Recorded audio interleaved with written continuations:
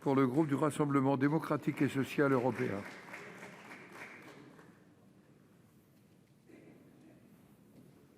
Vous avez la parole. Merci, Monsieur le Président, Madame la Ministre, chers collègues. Les conclusions du pré-rapport du GIEC sont d'une grande clarté. Nos niveaux actuels d'adaptation seront insuffisants pour contrer les menaces. Événements extrêmes, stress hydrique, maladies, déclin des cultures de base et de la valeur nutritionnelle des aliments. Il souligne que l'humanité ne pourra pas se remettre d'un changement climatique majeur, même s'il conçoit que ce constat n'est pas inéluctable.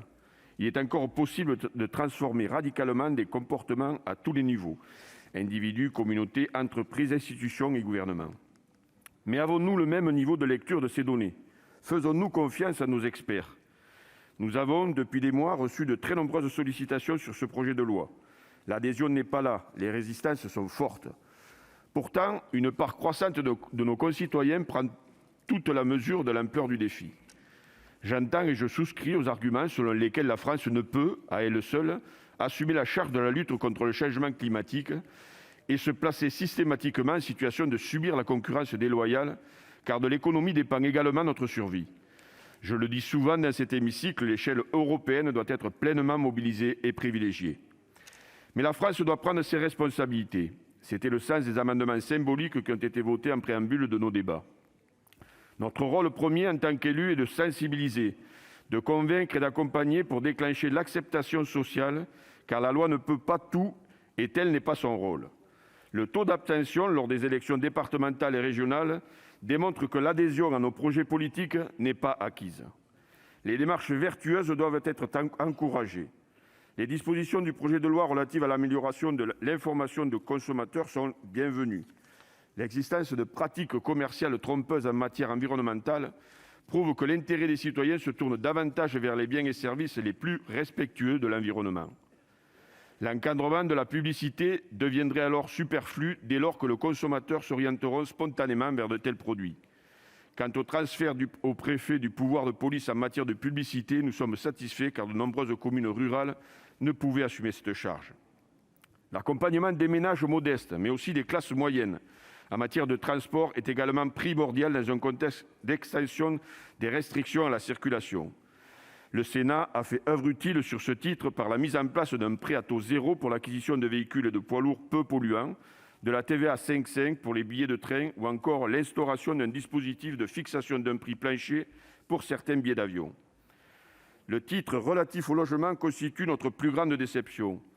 La massification de la rénovation énergétique des bâtiments est compromise. Les dates retenues pour qualifier d'indécentes les passoires énergétiques ne permettront pas de suivre la trajectoire vers l'objectif de disposer d'un parc de logements aux normes BBC en 2050 et donc d'atteindre la neutralité carbone.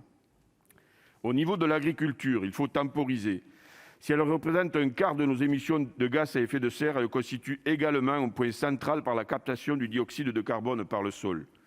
Or, il ne peut y avoir de lutte contre le réchauffement climatique sans les agriculteurs. Je tiens ainsi à saluer toutes les mesures destinées à valoriser les produits locaux, durables et de qualité, renforcées par le Sénat. Mais l'urgence est avant tout de récompenser les bonnes pratiques et d'assurer le partage de la valeur et donc le revenu des agriculteurs, sans quoi les investissements de ces derniers pour l'agroécologie risquent de les pénaliser. Je me réjouis de l'adoption de l'amendement de M. Franck Montaugé, avec qui j'ai beaucoup travaillé à ce sujet, inscrivant dans la loi la reconnaissance et la valorisation des externalités positives de l'agriculture, notamment en matière de services environnementaux et d'aménagement du territoire. Dans un texte qui comprend un titre entier dédié à l'artificialisation des sols, je regrette que la protection des terres agricoles n'ait pas été approfondie. J'avais déposé un amendement déclaré irrecevable au titre de l'article 40 de la Constitution pour sacraliser la vocation agricole des terres qui ont bénéficié à ce titre d'aides publiques locales, nationales, voire européennes. Il visait tout simplement à ce qu'une étude de terrain soit menée par le département ou le PCI pour saisir l'opportunité d'un périmètre de protection des espaces agricoles et périurbains, PAEN. Vous cautionnez donc collectivement que les terres agricoles, par exemple irriguées grâce à des financements publics, soient urbanisées. Je ne comprends pas cette contradiction. Tout le monde est d'accord pour défendre l'agriculture, mais personne pour graver dans le marbre la protection durable des terres agricoles. En ce qui concerne le droit pénal de l'environnement, le Gouvernement est passé à côté de la réforme d'ampleur qui aurait dû aboutir à sa simplification et ainsi à sa pleine effectivité. Le choix a été d'opérer par petites touches de complexité supplémentaires sans créer, comme le recommandaient de nombreux juristes, un véritable délit de mise en danger de l'environnement et un délit générique visant à sanctionner l'ensemble des atteintes à l'environnement. Le caractère durable de ces atteintes, exigé par les articles 67 et 68 du projet de loi, rend ces délits inapplicables. Quant à la reconnaissance de l'écocide au niveau international, nous serons vigilants. Si nos idéaux se confrontent aux réalités d'une économie mondialisée, ne laissons pas cette dernière les briser définitivement. La solution est sans nul doute dans les concertations et le compromis démocratique. Malgré les critiques acerbes qui ont été soulevées ici et là, l'expérience de la Convention citoyenne pour le climat doit être étudiée et perfectionnée. Cela n'enlèvera en rien à la légitimité de la démocratie représentative, bien au contraire, elle la confortera dans ce qu'elle a de plus noble, la représentation de l'intérêt général.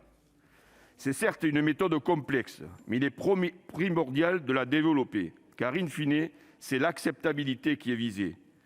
Je regrette que les limites de l'exercice n'aient pas été fixées dès le départ. Il était illusoire de faire croire aux participants que toutes les préconisations seraient suivies en l'état. C'est nier le débat parlementaire essentiel au processus. C'est générer des frustrations.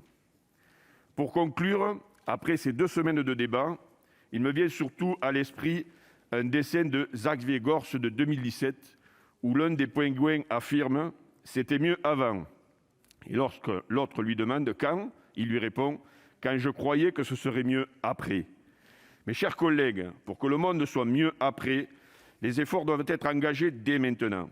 Cette loi manque d'audace et d'ambition, et c'est la raison pour laquelle je m'abstiendrai, comme la majorité de mon groupe. L'avenir appartient aux femmes et aux hommes qui doivent assumer leurs choix. Ils n'ont pas été à la hauteur des enjeux. Je vous remercie. Merci, mon cher collègue. Je vais donner la parole à notre collègue Fabien Gay pour le groupe communiste.